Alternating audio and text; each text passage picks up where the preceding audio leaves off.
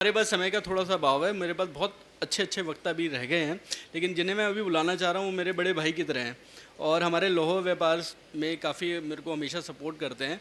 और अभी अभी नवनिर्वाचित भारतीय जनता पार्टी के प्रदेश कोषाध्यक्ष बन गए हैं। ठीक है जी, खजाना अब उनके हाथ में है। आपकी ज़ोरदार तालियों के बीच आदरणीय सतीश गर्ग जी, तो मैं इनको बुलाना चाहता हूँ एज ए बीजेपी के कोषाध्यक्ष के रूप में नहीं, लेकिन अपने बड़े भाई और एक संत सतीश गर्ग जी के रूप में। बहुत अच्छे इंसान है, इनके पास कभी कोई प्रॉब्लम कोई समस्या लेके जाइए, and he is always there to look after. Thank you. आ जाओ भैया। कामनाओं के लिए भी, तालियों के लिए भी। गोविंद जी संगोष्ठी करते और हमें अपनी बात कहने का मौका मिलता है। अशोक जी बैठे हैं और सारे परिवार के लोग बैठे हैं। बहुत ही अच्छा विषय चल रहा है और विनम्रता के दोनों रूपों की अलग अलग चर्चा भी हो रही है। योगी जी के विनम्रता की भी चर्चा हो रही है और परिवार की विनम्रता की भी चर्चा हो रही है। उदाहरण के साथ कहूँगा, अच्छा लगेगा। मेरे मन में आया, मैं एक संस्थान का महामंत्री हूँ, आदर्श शिक्षा संस्थान का। 1.5 साल पहले मन में आया कि जो देश में तलाक की संख्या बढ़ रही है, परिवार टूट रहे हैं, आखिर इसके पीछे कारण क्या है। बात करते करते ध्यान आया कि तनाव हुआ। किस बात का हुआ है पता नहीं, किस बात का हुआ, पर तनाव हुआ है। फिर ध्यान आया इस बात का हुआ है कि मैं बड़ा या पत्नी बड़ी। मैं बड़ा, मेरी नॉलेज बड़ी, मेरे बच्चे की नॉलेज बड़ी, मेरी नॉलेज बड़ी, मेरे भाई की नॉलेज बड़ी। यानी जो संयुक्त परिवार था, पिता पुत्र में कंपटीशन हो गया है, पति पत्नी में कंपटीशन हो गया है, भाई भाई में कंपटीशन हो गया है। आज लोगों के सामने बड़ी समस्या है साहब। सिर्फ एक समस्या की शादी की बात करूं तो 25 साल की लड़की या लड़का ये सोचते हैं कि मैं शादी करूं या ना करूं। मेरी भाभी का भाई का झगड़ा है, मेरी जीजा का और बहन का झगड़ा है, मेरी सहेली के और उसके साथी का झगड़ा है। वो सोचते सोचते 2-3 साल लगते हैं, इतने मन मनता है तो फिर लगता है किससे करूं, इससे करूं या उससे करूं। उसको कोई समझाने वाला है नहीं। अगर हो गई तो फिर झगड़ा इस बात का कि ये बड़ा या मैं बड़ी। सबका समझौता हो गया आपस का, तो मेरे माता पिता से भी मेरा कोई नाता है क्या? तो ध्यान आता है कि माता पिता अलग और बच्चे।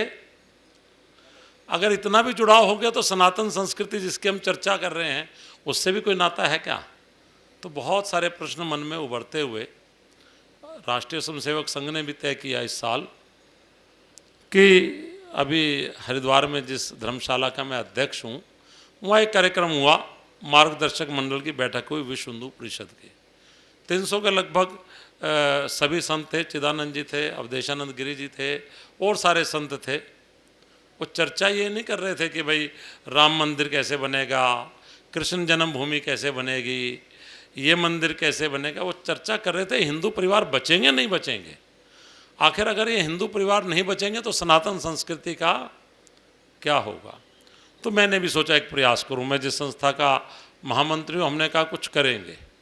1 साल के प्रयास के बाद एक कोच मिली, शायद अपने में से कुछ लोग जानते भी होंगे, लाइफ कोच नीलम बख्शी। हमने एक कोर्स शुरू किया, उसका परिणाम बता रहा हूँ। 25 महिलाओं को लेकर, और ऐसी महिलाएं जो आपकी उम्र की, जिसके अंदर कहते हैं माता होती है निर्माता, हमारे प्रेम जी गोयल कहते हैं। तो हमने कहा इनसे कोर्स शुरू करते हैं। उसने कोर्स शुरू किया तो 12 हफ्ते का कोर्स शुरू किया। हफ्ते में एक क्लास 3 घंटे की, और वही सनातन संस्कृति के अभी 7 चक्र जिनकी चर्चा कर रहे थे। ये चक्र सुनने सुनाने में अच्छे लगते हैं, इसका प्रयोग भी हो सकता है।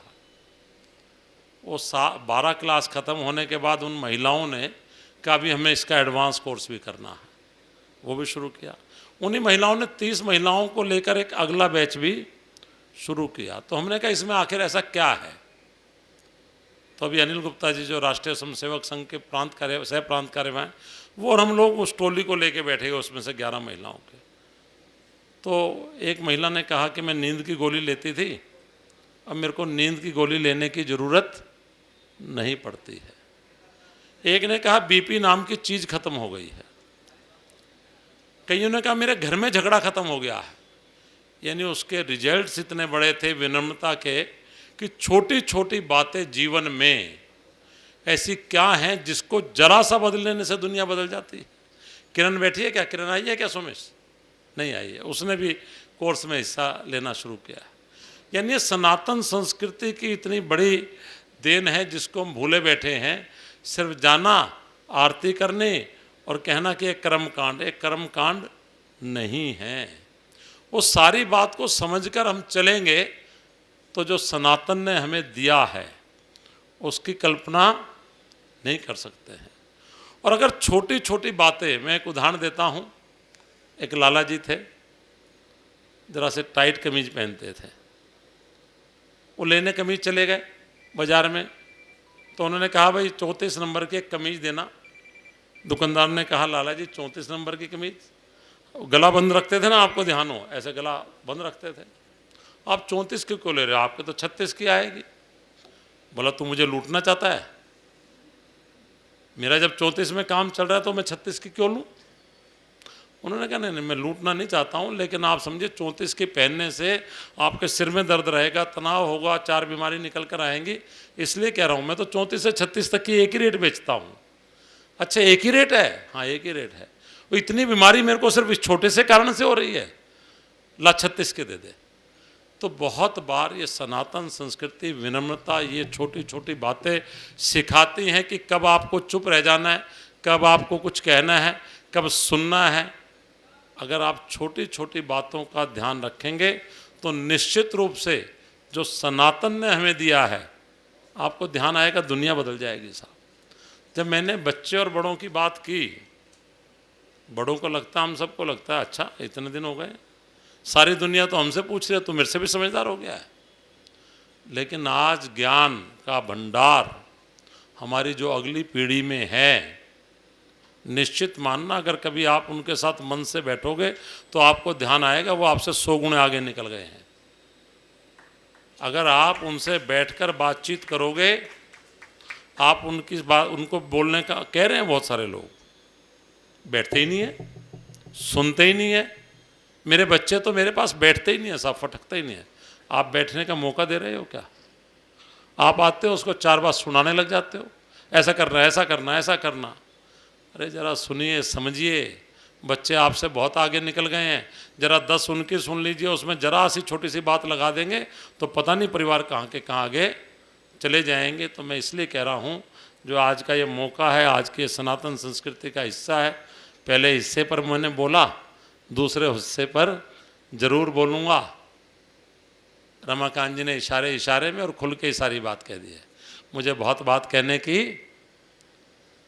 रितमरा जी कहती थी, जो तो को काटा बोए ओ को भोदे बाला, तब साले को मालूम पड़ेगा किससे पड़ा उसका तेरा पाला। तो जो ये लोग सनातन के लोगों को जरा कमज़ोर मान रहे हैं, और हम भी बड़ी अच्छी अच्छी बातें सिखा रहे हैं, अहिंसा परमो धर्मा, उससे आप पहले वाला हिस्सा नहीं सिखाते हैं। ऐसा कोई तेरे को एक चाटा मार दे तो उसको दूसरे का भी कह दे, गाल आगे कर दे। वो समय और संस्कृति का समय ना कभी सनातन में था, ना रहा और ना रहेगा। मोदी जी की बात की, योगी जी की बात की, कोर्ट भी कह रही है मुख्यमंत्री से एक राज्य के, तेरे से नहीं संभलता तो योगी को कह देते, योगी संभाल लेगा तेरा राज्य भी। तो आज समय जागरूकता का है, इस बात को समझने का है कि हमारे परिवार बचेंगे नहीं बचेंगे। जो सांप और अजगर बिलों में बैठे थे, अंदर से फुकार रहे थे, खा रहे थे, जब उनकी जड़ों में मट्ठा डलना शुरू हुआ तो निकल कर बाहर आ गए हैं। कैसे कैसे कर्म कर रहे हैं, क्या कुछ दुनिया में वो कर रहे हैं, उनके कारण से हमारे राज्यों की क्या हालत हो गई है। इस बात से आंखें मींचकर विनम्रता की बात की नहीं जा सकती है। अभी कहा, मेरे से आने से पहले रमाकांत जी बता रहे थे, सुरेश जी ने कहा कि 10 करोड़ वाला मकान 4 करोड़ का हो गया है। 4 करोड़ में बिक तो रहा है। अफगानिस्तान में तो छोड़ छोड़ कर भागे हैं कि संपत्ति भी तेरी, पैसा भी तेरा, कपड़े मिल जाएं, पाकिस्तान से भी छोड़कर भाग कर आए थे।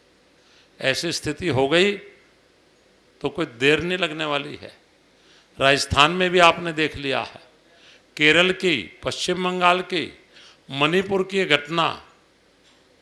ध्यान आएगा कि 90% इलाका 37% लोगों के पास, ईसाइयों के पास अफीम की खेती, और 63% जो दूसरे हिंदू समुदाय के लोग हैं 10% का हिस्सा। और जरा सा कुछ होता है तो सुप्रीम कोर्ट तक उठकर आती है। बाकी जगहों पर क्या हो रहा है इस बात का जरा, तो हिंदू समाज को, सनातन संस्कृति के लोगों को हर बात को समझकर खड़ा होना पड़ेगा। और मैं तो आपका धन्यवाद कर रहा हूँ, जो मैं यहाँ बोलता हूँ आप थोड़े दिन बाद वीडियो भेज देते हैं, मैं उसको फेसबुक पे डाल देता हूँ। लोगों को लगता है सतीश को बोलना आता है, वो उठा के मुझे बीजेपी के अंदर प्रदेश कोषाध्यक्ष बना देते हैं। इसलिए मैं आपका धन्यवाद कर रहा हूँ। एक सूचना के साथ, अभी 6:30 बजे एक मीटिंग होने वाली है जिसकी मेरे पास अभी सूचना आई इंडिया हेरिटेज सेंटर में। 24-25 नवंबर को पूरे विश्व की हिंदू कांग्रेस इस बार थाईलैंड में होने जा रही है। दुनिया से 5000 सनातन धर्म के लोग विवेकानंद जी को याद करने के लिए 3 साल में एक बार होती है। उसमें जो इस संस्कृति को समझने वाले और लीड करने वाले लोग हैं, ऐसे जाने वाले हैं।